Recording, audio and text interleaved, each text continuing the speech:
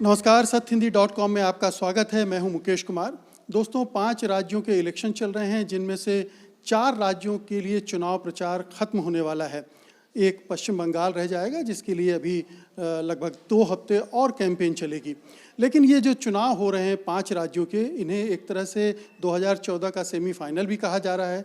बहुत महत्वपूर्ण माना जा रहा है इस लिहाज से कि इसके बाद देश की जो राजनीति है उसमें बड़े परिवर्तन देखने को मिल सकते हैं। हमारे पास सीपीएम के बहुत ही वरिष्ठ नेता सीताराम येचुरी हैं। हम उनसे जानेंगे कि वो किस तरह से देख रहे हैं इस चुनाव को और इस चुनाव के बाद के परिदृश्य को। कार्यक्रम में आपका स्वागत है येचुरी साहब। सबसे पहले मेरा सवाल यही है कि इस पूरे 5 राज्यों के चुनाव को आप किस तरह से देख रहे हैं, अपने वामपंथी दलों के लिहाज से भी और आपने जो गठबंधन बनाए हैं उनके हिसाब से भी, और उसके बाद की बात मैं अगले सवाल में करूंगा। ठीक, पहली बात तो ये है कि ये जो प्रचार जो चलाया जा रहा है कि भाजपा को कोई नहीं हरा सकता चुनाव में, ये प्रचार की बंडा फूटेगी आज इस चुनाव में। कम से कम आज तमिलनाडु के अंदर, केरला के अंदर और बंगाल के अंदर, असम के अंदर भी नाजुक सी परिस्थिति है। तो 4 ये मुख्य प्रांतों में से भाजपा को ये कोई आसानी तरीके से वो जीतने वाला नहीं है। और ये मैं समझता हूँ कि बड़ी अच्छी बात है अपने देश की संवैधानिक व्यवस्था के लिए और अपनी देश के अंदर प्रजातंत्र के लिए। ये एक अच्छा ये रिजल्ट होगा इस चुनाव के अंदर, जो हमारे देश की भविष्य के लिए बहुत अच्छा है। बंगाल की बात अगर करें तो वहाँ ऐसा दिखाया जा रहा है कि जैसे बीजेपी जीतने वाली है, तृणमूल कांग्रेस कोलैप्स कर रही है और जो आपका फ्रंट है, जो गठबंधन है, वो कहीं रेस में नहीं है। इस तरह का एक परिदृश्य दिखाया जा रहा है। आप इससे कितना सहमत? देखिए, ये जो दिखाया जा रहा है ये मीडिया दिखाया जा रहा है।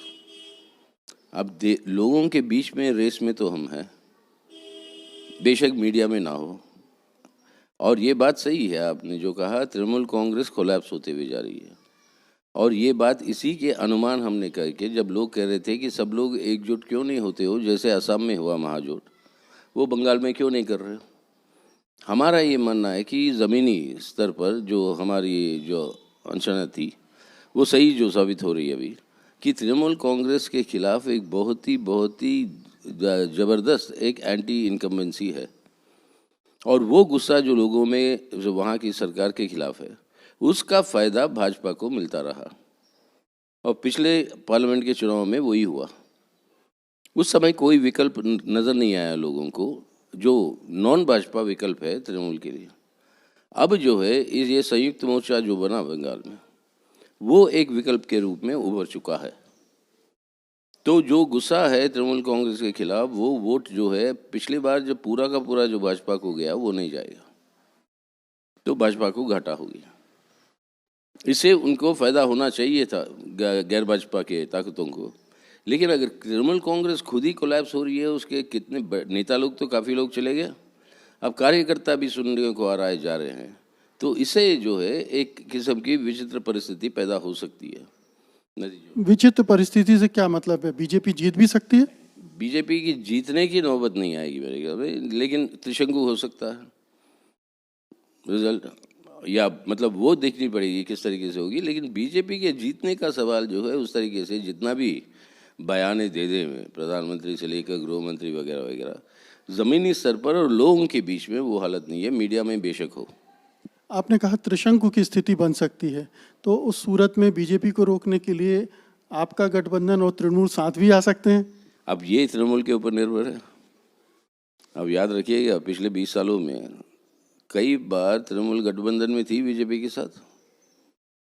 मुख्यमंत्री खुद क्या वाजपेयी सरकार के अंदर कैबिनेट मंत्री थी, और कई बार गठबंधन के साथ बीजेपी के साथ वो चुनाव लड़े।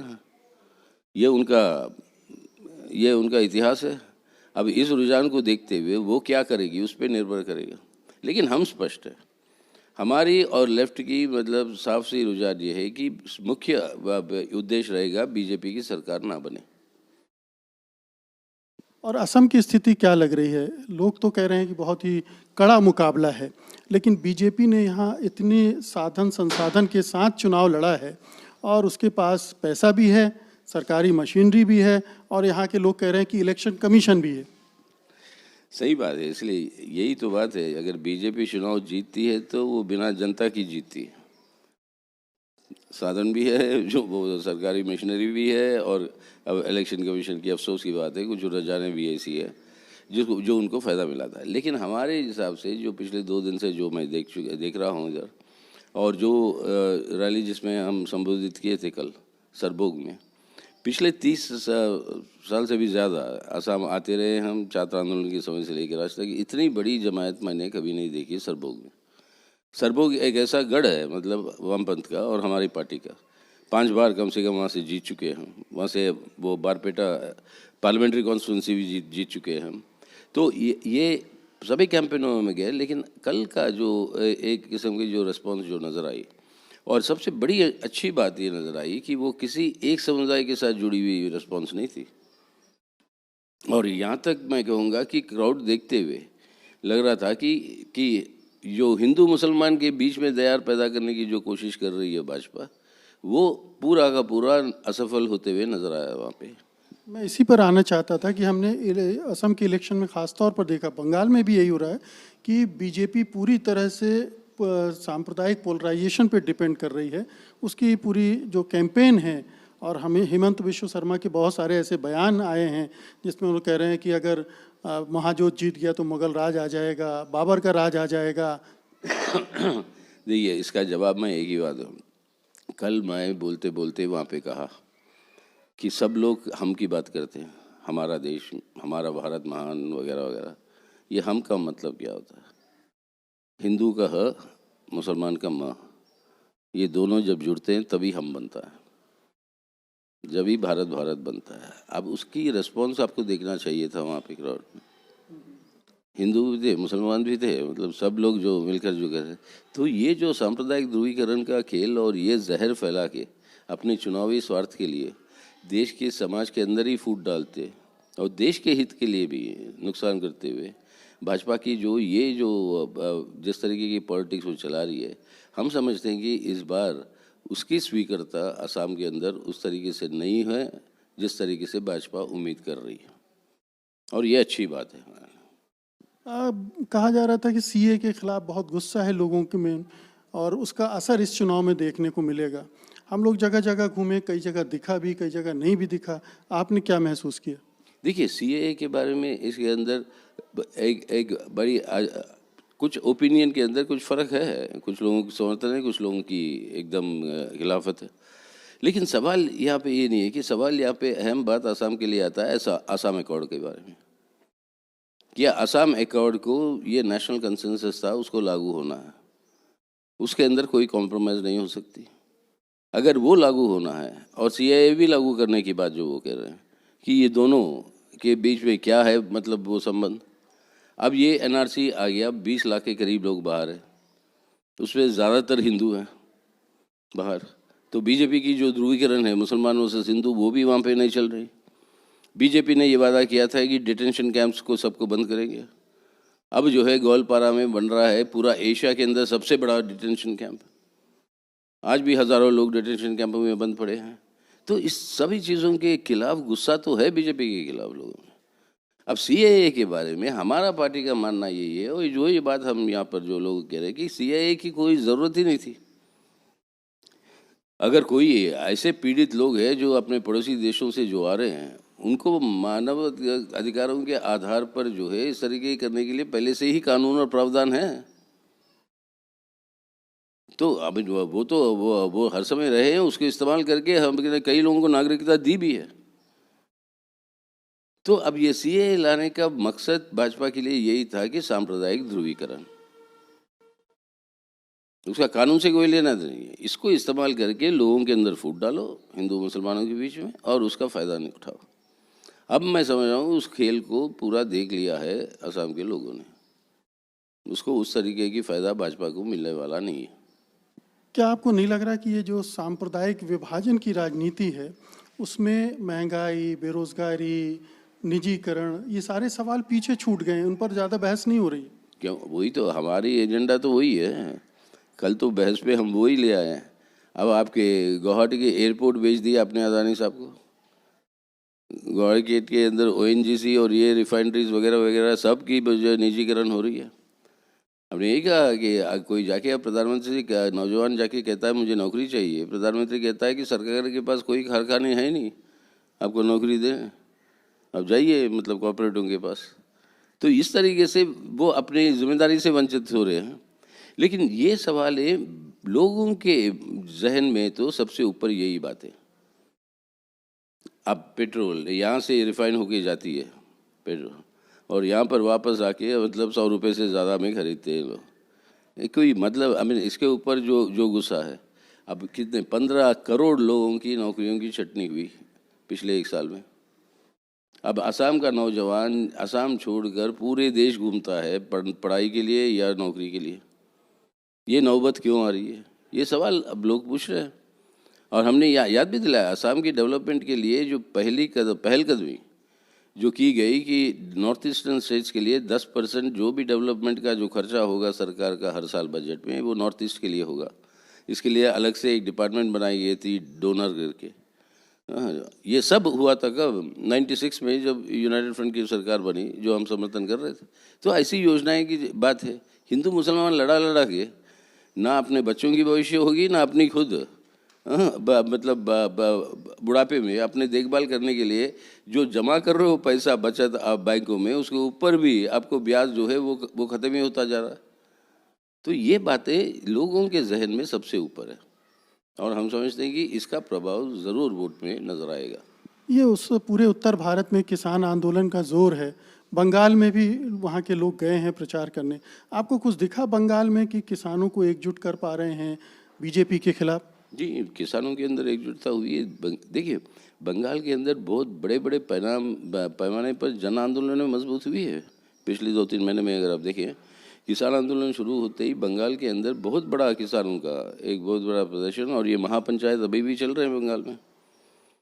दूसरी ओर से नौजवानों का और छात्रों का दोनों मिलकर बेरोजगारी के सवाल पर, और उसके ऊपर वहाँ की सरकार ने तृणमूल की सरकार ने तो बेरहमी के साथ उनके ऊपर लाठीचार्ज करके 2 लोगों की जान भी गई। और महिलाओं की सुरक्षा के सवाल पर, और ये जो अब जितना डीह्यूमनाइजेशन जो हो रहा है अपने समाज के बीजेपी के चलते हुए, ये गैंग रेप्स और मर्डर्स और ये उसके खिलाफ बहुत बड़ा मुहिम चल रही है। तो जनता के बीच में इन सवालों पे आंदोलन हो रहे हैं। इसीलिए तो पूरी की पूरी कोशिश यही है कि भाजपा का कि इन सवालों से ध्यान हटाने के लिए ये सांप्रदायिक सवालें ले आकर सामने रखें।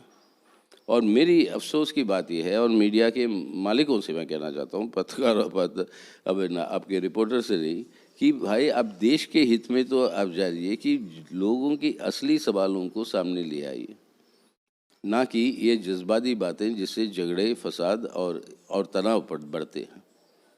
अब ये ज़रूरी है। लेकिन हम समझते हैं कि इन सभी चुनावों में रोज़मर्रा ज़िंदगी के सवाल जो है वो सबसे ऊपर है लोगों की चेतना में। ये बताइए कि पश्चिम बंगाल के चुनाव में जिस तरह से ममता बनर्जी और मोदी के बीच तू मैं हो रही है, ये क्या हो रहा है? मतलब बहुत निचले स्तर तक पहुंच गई है। बहुत ही गिरावट है, मतलब पूरी जिसमें ना कोई मुद्दे पे सवाल होती है, ना कोई चर्चा होती है, ना कोई सिद्धांत पे चर्चा होती है। और ये गिरावट हम दोनों को सूट करता है, दोनों को सूट करता है। जितना एक दूसरे के खिलाफ गाली गलौज करें वो समझते हैं कि उनकी वोट बैंक उतना मजबूत होती है। लेकिन असलियत तो ये है कि वो वोट बैंक जो है खिसक रही है रोज़मर्रा की ज़िंदगी के सवालों के ऊपर, और वो खिसक रही है वो तो अब। लेकिन वो गिरावट जो आ गई मतलब, और ये पूरा अब मीडिया के अंदर भी एक बाइनरी दिखा है, PM CM, central force, state police, बस यही है बात। मतलब इसके अलावा क्या है? लोगों को कितने हैं बेरोजगार आज बंगाल के नौजवानों में? बंगाल के अंदर 70% से ज़्यादा आबादी 40 साल की उम्र से कम है। क्या है उनकी भविष्य? इस सवालों के ऊपर अभी कोई चर्चा ही नहीं करते हैं ये दोनों। अभी उनको ये सूट करता है, इन सवालों की वजह चर्चा है तो वो तो फंस जाएंगे जवाब देने के लिए। तो इसलिए वो इससे बच के ये ध्रुवीकरण की बातों में फंसे रहते तू मैं। और लेकिन लोग इससे देख पा रहे हैं, इसको सी थ्रू कर रहे हैं। आपको क्या लग रहा है, इलेक्शन कमीशन पर हर तरफ से सवाल उठ रहे हैं, उसकी भूमिका को लेकर आप क्या सोचते हैं? यार ये प्रश्न चिन्ह जो इलेक्शन कमीशन के ऊपर उठ रही है, ये बहुत ही खतरनाक चोट पहुंचाने की संभावना रखती है हमारी प्रजातंत्र के लिए। इलेक्शन कमीशन एकमात्र संस्था है संविधान जिसको अधिकार देता है निष्पक्ष चुनाव करवाने के लिए, और उस अधिकार के साथ साथ एक बहुत बड़ी जिम्मेदारी है इलेक्शन कमीशन की, वो निष्पक्ष रहे, और निष्पक्ष रहने का रुझान लोगों को दिखा है। आज जो है वो दिखाने में और निष्पक्ष रहने में बहुत सारे प्रश्न चिन्ह उठ रहे हैं, यहीं पर नहीं पूरे मुल्क में जहाँ जहाँ चुनाव हो रहे हैं। अब इसका जवाब, उसकी सुधारने का काम उन्हीं के हाथ में है, संविधान अधिकार उन्हीं को देता है, और हमारी निवेदन यही है उनसे कि उसको सुधारिए। जैसे असम के अंदर ही हुआ, वो हेमंत बिश्वा शर्मा के 48 घंटे का कह दिया, अब 24 घंटे कर दी। एक्चुअली वो केस ऐसा है जिसके चलते हुए हमारा मानना ये है कि वो क्वालिफाई होता है डिस्क्वालिफिकेशन के लिए।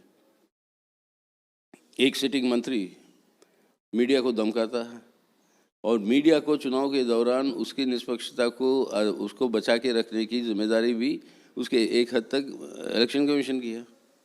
अगर इस तरीके से हमले आते हैं तो इलेक्शन कमीशन को कुछ कार्रवाई करनी चाहिए। और पुराने ज़माने में ये होता था, अगर इस तरीके की कोई घटना हुई और कोई कैंडिडेट है जो एक सिटिंग मिनिस्टर है और कैंडिडेट भी है, अगर वो करता है इस काम तो वो सीधा डिस्क्वालीफाई होता। अब ये सब नहीं हो रही है, तो इससे चुनाव कमीशन के ऊपर एक प्रश्न चिन्ह जो आ रही है उनको सुधारना है ये, वरना देश के जनतंत्र के लिए एक बहुत खतरनाक संकेत है। ये बताइए कि जो अभी आपने सांप्रदायिक ध्रुवीकरण की बात की, तो जब लेफ्ट या कांग्रेस बदरुद्दीन अजमल या फरार शरीफ के उनसे समझौता करते हैं, तो एक तरह से ये मैसेज जाता है कि आप दूसरे तरह के कम्युनलिज्म को बढ़ावा दे रहे हैं, और इससे आप पर भी क्वेश्चन मार्क लग जाता है। अब ये बताइए, बदरुद्दीन अजमल या अब आपके वहाँ पे फरार शरीफ की, अब फुरफरा शरीफ के लोग ये बात करें सिद्दीकी साहब की, अब ये सांप्रदायिक है, इसका क्या है सबूत आपके पास? ये तो अफवाह ही है ना। देखिए, चलिए मेरा नाम सीताराम है, मैं नास्तिक हूँ, तो क्या कहेंगे आप? नाम सीताराम है, नास्तिक है, तो ये एक्चुअली हिंदू फंडामेंटलिस्ट है। अभी ये इस तरीके ये कोई बहस की बात है। सवाल ये है कि अगर आपकी जो निजी जिंदगी में जो भी आपका आस्था है उसका आपका अधिकार है, उसके अधिकार का रक्षा करने में हम सबसे आगे रहेंगे, ये वो संवैधानिक अधिकार। लेकिन आपके आस्था का नज़र ना आना चाहिए आपकी राजनीति में, ना सरकार की चलाने में। यही है सेकुलरिज्म की बात। तो आस्था जो भी रखना चाहते रखें, लेकिन एसिड टेस्ट ये होगा कि क्या वो आपकी राजनीति में वो नज़र आ रही या आपके सरकार चलाने में नज़र आ रही। मेरा आखिरी सवाल है, सबसे पहले मैंने पूछा था कि इस चुनाव का राष्ट्रीय राजनीति पर जो भी परिणाम आएंगे क्या असर पड़ेगा। आपने कहा कि एक धारणा तो ये टूटेगी कि मोदी को परास्त नहीं किया जा सकता है, और क्या क्या आपको लगता फ़र्क आएगा? देखिए, ये ज़रूर एजेंडे पे ले आएगी देश की लोगों की रोज़मर्रा ज़िंदगी के सवाल, बेरोज़गारी की बात, महंगाई की बात, आप देश की संपत्ति की लूट की बात, देश के लोगों के मतलब रोज़मर्रा ज़िंदगी के ऊपर जो आर्थिक हमले जो बढ़ते जा रहे हैं उसकी बात, इस सब पे जैसे अंकुश ऑलरेडी लग चुका था। स्मॉल सेविंग्स पर वो इंटरेस्ट रेट घटा दी चुनाव को ध्यान में रखते हुए, वो फिर पलट गए वो। तो इस तरीके की पलटने की दबाव जो है वो उनके ऊपर बहुत ज़्यादा बढ़ेगी चुनाव के परिणामों के बाद। और अगर पश्चिम बंगाल और असम के चुनाव नतीजे बीजेपी के हक में आए तब भी तमिलनाडु केरला तो है जो नहीं आएंगे। अगर ये आपकी भी बात सही है, मैं समझता हूँ ये भी बात सही नहीं होगी। इन चारों में बीजेपी को एक बहुत बड़ा नुकसान होगा।